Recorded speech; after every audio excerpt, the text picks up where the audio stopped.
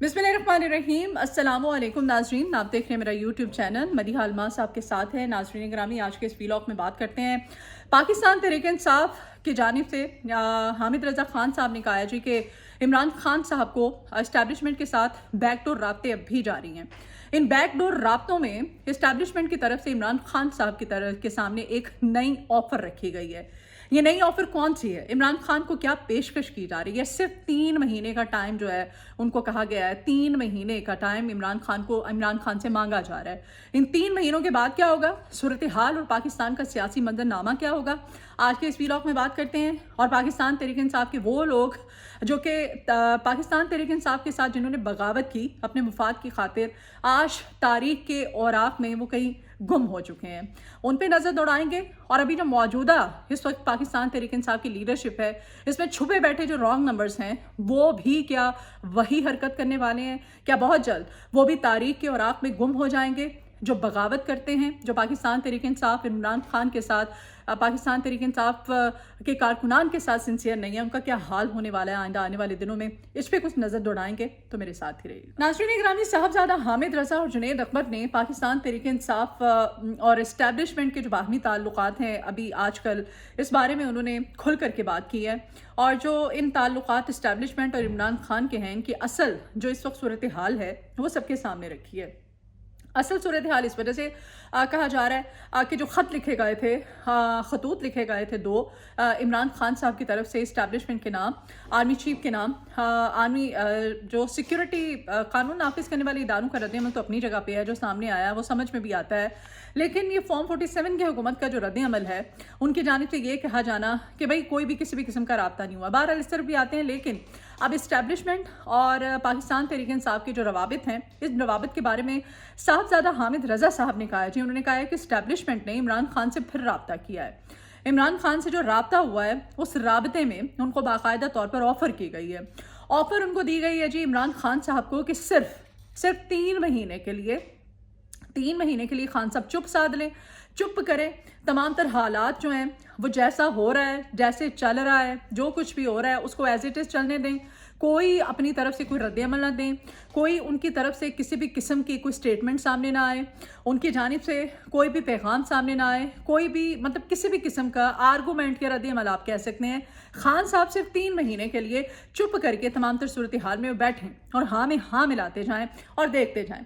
ये 3 महीने का कहा जा रहा है और फिर 3 महीने के बाद इमरान खान को रिहा कर दिया जाएगा। इमरान खान जैसा चाहेंगे, जो कहेंगे वो कर लिया जाएगा। नाज़रीन ग्रामी, ये तो है सूरत हाल बकौल साहबजादा हामिद रज़ा साहब के, जो उन्होंने इस्टेब्लिशमेंट और पाकिस्तान तहरीक इंसाफ के रवाबित के बारे में बात की है। अब आ जाते हैं जुनैद अकबर की तरफ।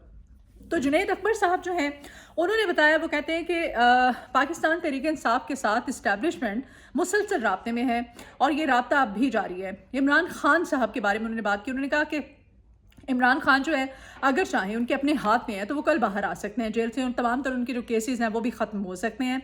लेकिन उन्होंने कहा कि हम चाहते हैं कि हालात जो है वो बेहतरी की तरफ जाएं और इदारे और हुकूमत जो हैं वो नहीं चाहते।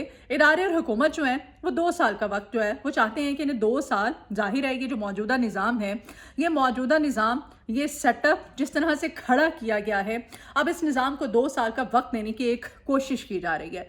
अब कोशिश इन द सेंस कि ये जो निज़ाम खड़ा किया है और खड़ा करने वाले जो हैं, जिन्होंने इनको चांस दिया है, इस चांस में ये 2 साल इस निज़ाम को चेक करना चाहते हैं कि ये लोग डिलीवर क्या करते हैं, ये लोग परफॉर्म क्या करते हैं, परफॉर्मेंस क्या देते हैं, ये लोग कर क्या सकते हैं।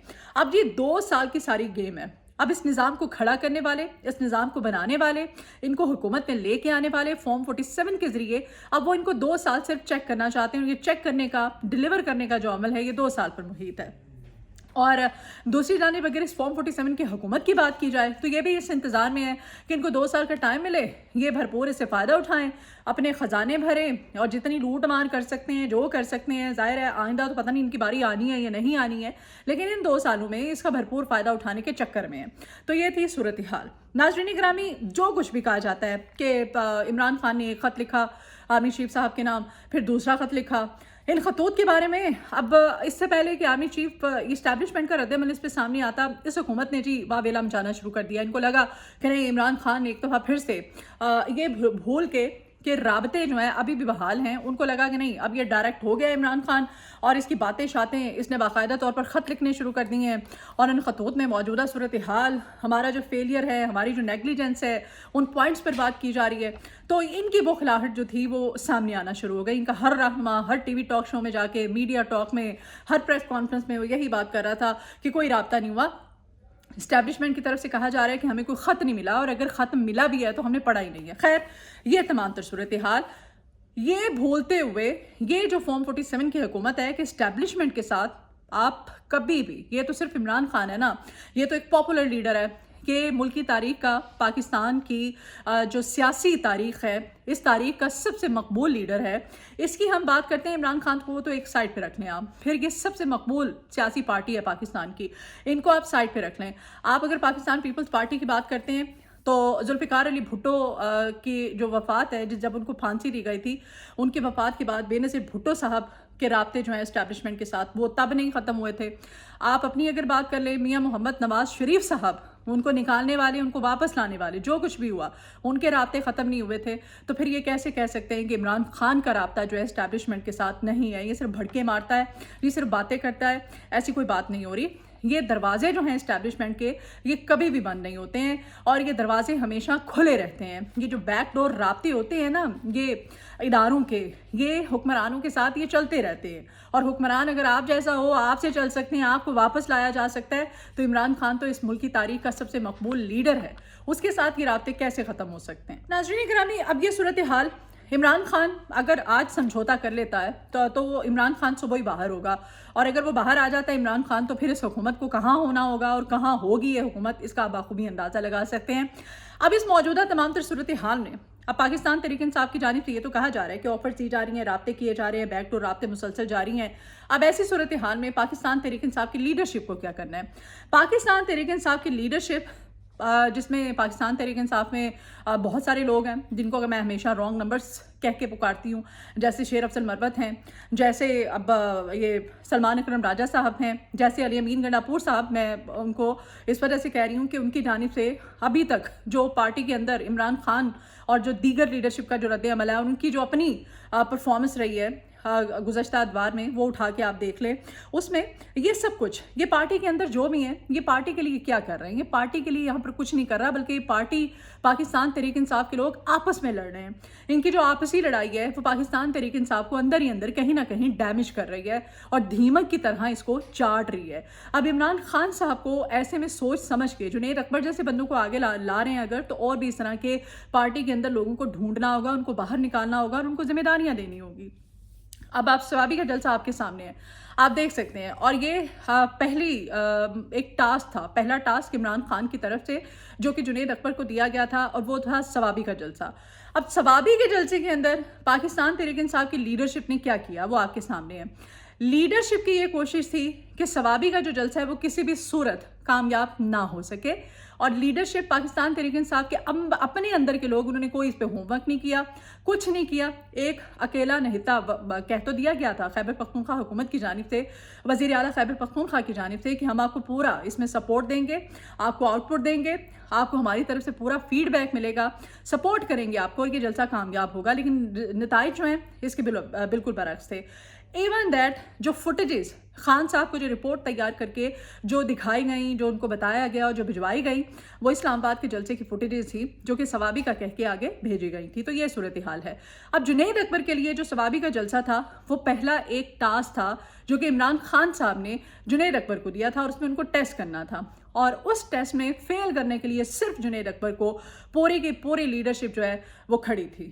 اور سٹیج کے اوپر پھر جو بھی ہوتا رہا, شیر افضل مروت نے جو کیا, سلمان اکرم راجہ آپ کے سامنے ہیں, پھر علی امین گنڈاپور صاحب جو ہیں وہ شیر افضل مروت کے سامنے ساتھ کھڑے تھے, ان کو جس طرح سے وہ کر رہے تھے, پش کر رہے تھے, ان کو ہلا شیری دے رہے تھے کہ بھائی بولو, تم بولو, یہاں پہ کچھ ایسی سٹیٹمنٹ دو کہ پاکستان تحریک انصاف پہ تو تنقید ہونی ہے. اس کو نہیں انہوں نے ذہن میں رکھا, انہوں نے کہا کہ جو ثوابی کا جلسہ ہے اس کو تو فیل کرو, جنید اکبر کو تو فیل کرو عمران خان کی نظر میں. پاکستان تحریک انصاف کے جو لوگ ہیں, یہ جو لیڈرشپ ہے, آج بھی اگر یہ ایک پلیٹ فارم پہ ایک جگہ پہ اکٹھے ہو جاتے ہیں, مل کے اگر متحد ہو جاتے ہیں, यूनिटी के साथ काम करते हैं, अपना होमवर्क पूरा करते हैं और एक स्ट्रॉन्ग अपोजिशन के तौर पे मुत्तहिद होके अगर इस हुकूमत का सामना करते हैं तो ये स्ट्रॉन्ग अपोजिशन जो है इस फॉर्म 47 की हुकूमत को टफ टाइम दे सकती है और इनसे बेहतरीन अपोजिशन जो है कोई हो ही नहीं सकती है। लेकिन यही लोग शेर अफजल मरवत साहब को जैसे पार्टी से डी नोटिफाई कर दिया गया, उनको निकाल दिया गया है। फिर ये फवाद चौधरी साहब अब फॉरवर्ड ब्लॉक बनाने की बातें कर रहे हैं, दावे कर रहे हैं। शेर अफजल मरवत को जैसे ही वो नोटिफिकेशन मिला उन्होंने टीवी पे बैठ के मुख्तलिफ टीवी टॉक शोज़ में जो स्टेटमेंट्स देना शुरू कर दिए हैं, वो स्टेटमेंट्स अपनी जगह, ये सब भूले बैठे हैं। अब आप अली जैदी को देख लें, असद उमर को देख लें, आप इमरान इस्माइल को देख लें। आज ये सारे वो कारकुनान रहनुमा पाकिस्तान तहरीक इंसाफ के जो कि आज तारीख के औराक में कहीं गुम हो गए हैं, इनका कोई नामो निशान नहीं है। असद उमर साहब इसकी सबसे बड़ी मिसाल है। परवेज़ खटक, इन्होंने अगर अलग हुए तो उन्होंने क्या कर लिया, क्या बना क्या लिया। अलीम खान आपके सामने है। अब ये सारे वो लोग हैं जिन्होंने पार्टी के लिए अपने मुफाद के लिए पाकिस्तान तहरीक इंसाफ को छोड़ा था, लेकिन ये वो लोग हैं जो पाकिस्तान तहरीक इंसाफ की वजह से ही बने थे। और आज अगर इन्होंने पाकिस्तान तहरीक इंसाफ को छोड़ा है तो आज तारीख के औराक में कहीं गुम हुए पड़े हैं, इनको कोई भी नहीं जानता। अगर पाकिस्तान तहरीक इंसाफ के कारकुनान की बात करें तो वो आज भी उनकी सपोर्ट जो है वो इमरान खान के साथ है, पाकिस्तान तहरीक इंसाफ के साथ है। इस सपोर्ट को, इस साथ को, कारकुनान की इस पावर को यूज़ करके आज भी जो रॉन्ग नंबर जो अपने मुफाद के लिए पार्टी के अंदर रह के आपस में लड़ रहे हैं, ये पाकिस्तान तहरीक इंसाफ को ना सिर्फ फ़ायदा दे सकते हैं बल्कि ख़ुद को भी मनवा सकते हैं। तो आज के वीलॉग से इजाज़त दीजिए। आपके फीडबैक की ज़रूरत है, अपना फीडबैक ज़रूर दिया कीजिए। अपनी दुआ में मुझे याद रखिएगा। अल्लाह हाफ़िज़।